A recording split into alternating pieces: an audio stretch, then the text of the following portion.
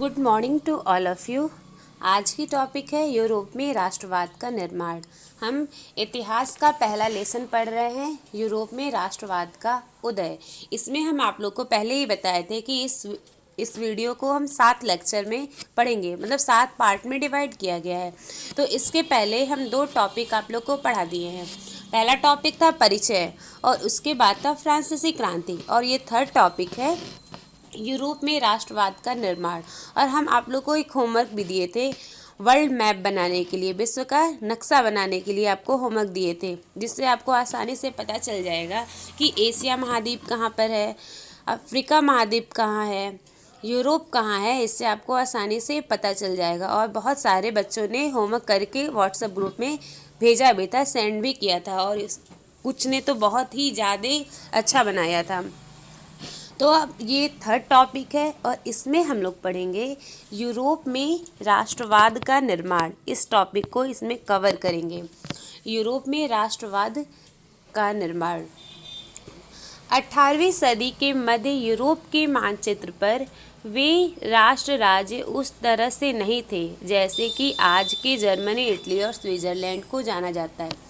यहाँ पर क्या किसकी बात की जा रही है? 18वीं सदी की बात की जा रही है कि 18वीं सदी में ऐसा नहीं था जैसा आज है। आज क्या है, जर्मनी अलग एक देश है, इटली अलग देश है, स्विट्जरलैंड अलग देश है। तो पहले 18वीं सदी में ऐसा नहीं था।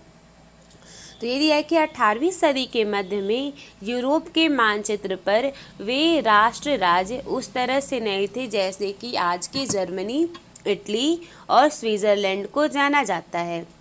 ये देश पहले की 18वीं सदी के बारे में बताया जा रहा है। ये देश तब राजवासियों, डचियों और कैंटनों में बटे हुए थे। और पहले क्या था कि ये जो देश था वो राजशाहियों में बटा हुआ था, वहाँ पर राजा का शासन चलता था। डच और कैंटनों में बटा हुआ था, जिनके शासकों के स्वायत्त क्षेत्र थे और उनका अपना अपना एक अलग, जहाँ पर वो शासन करते थे उनका अलग अलग अपना क्षेत्र था। पूर्वी और मध्य यूरोप निरंकुश राजतंत्रों के अधीन थे, और पूर्वी और मध्य यूरोप भी क्या था? निरंकुश राजतंत्रों के अधीन था। इसके पहले यहाँ 18वीं सदी की ही बात की जा रही है कि 18वीं सदी में क्या था, जो ये सारे देश थे इटली, जर्मनी, स्विट्जरलैंड, ये राजशाहियों, डची और कैंटनों में बटा हुआ था और जिनका अपना अपना शासन वाला क्षेत्र था। पूर्वी और मध्य यूरोप निरंकुश राजतंत्रों के अधीन था, और जो पूर्वी और मध्य यूरोप था वो निरंकुश राजतंत्रों के अधीन था। वहाँ के जो राजा थे वो निरंकुश थे, तानाशाह थे।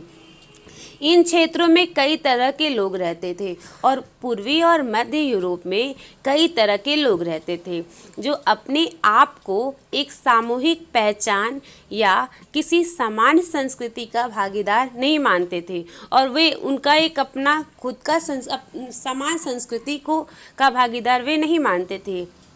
ये लोग अलग अलग भाषाएं बोलते थे, और उस समूह के लोग क्या अलग अलग भाषा बोलते थे और विभिन्न जाति समूहों के सदस्य थे, और वे लोग क्या थे? विभिन्न जाति समूह के लोग थे।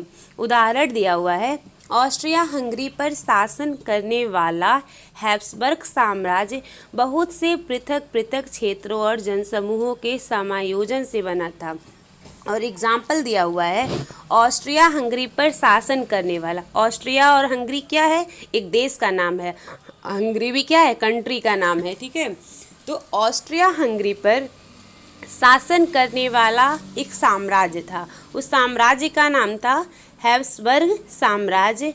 बहुत से पृथक पृथक का मतलब अलग अलग। ऑस्ट्रिया हंगरी पर शासन करने वाला हैब्सबर्ग साम्राज्य अलग अलग क्षेत्रों और जनसमूहों के समायोजन से बना था। वो अलग अलग क्षेत्रों और जनसमूहों के समायोजन से क्या बना था? हैब्सबर्ग साम्राज्य बना था। और वो कहाँ पर शासन करता था? इसी में देखिए बहुविकल्पी क्वेश्चन बन गया है, ऑस्ट्रिया हंगरी पर।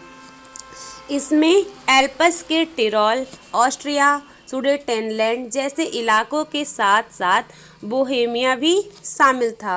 और भी बताया है कि वहाँ उसमें बोहेमिया भी शामिल था। वहाँ के कुलीन वर्ग में जर्मन भाषा बोलने वाले अधिक थे।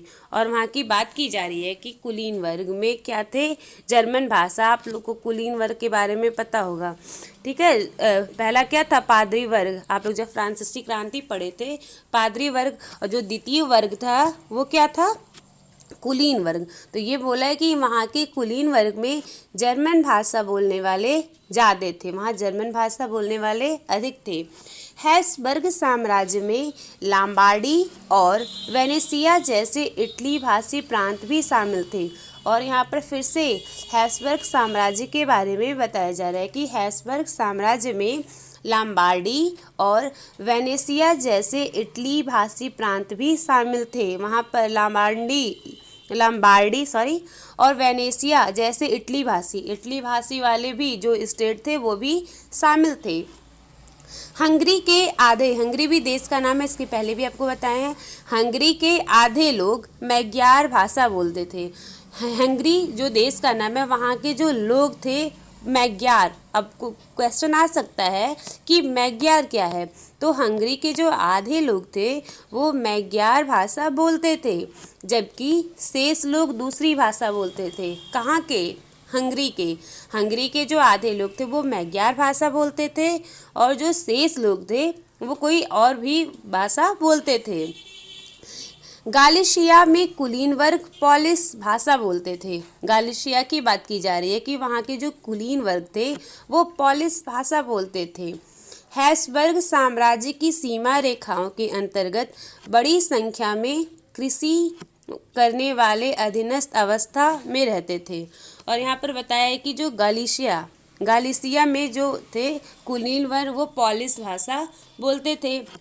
और आगे बताया है हैब्सबर्ग साम्राज्य की सीमा रेखाओं के अंतर्गत, उस जो हैब्सबर्ग साम्राज्य था उसकी सीमा रेखाओं के अंतर्गत थी बड़ी संख्या में कृषि करने वाले, कृषि का मतलब खेती बाड़ी करने वाले लोग अधीनस्थ अवस्था में रहते थे, वो अधीन रहते थे। उदाहरण के लिए उत्तर में बोहेमियन और स्लोवाक, उदाहरण के लिए बताया है उत्तर में बोहेमियन और स्लोवाक, कार्नियोला में स्लोवेंस, दक्षिण में क्रोवेट तथा पूरब की ओर ट्रांसलिवेनिया में रहने वाले रोमन लोग। ये लोग क्या थे, अधीन अवस्था में रहते थे। ऐसा अंतर राजनीतिक एकता को सरलता से वृद्धि देने वाला नहीं था, और इन भांति भांति के समूहों को आपस में बांधने वाला तत्व मात्र शासक के प्रति, मतलब जो वहाँ के जो राजा थे, शासक के प्रति सभी का समर्पण था।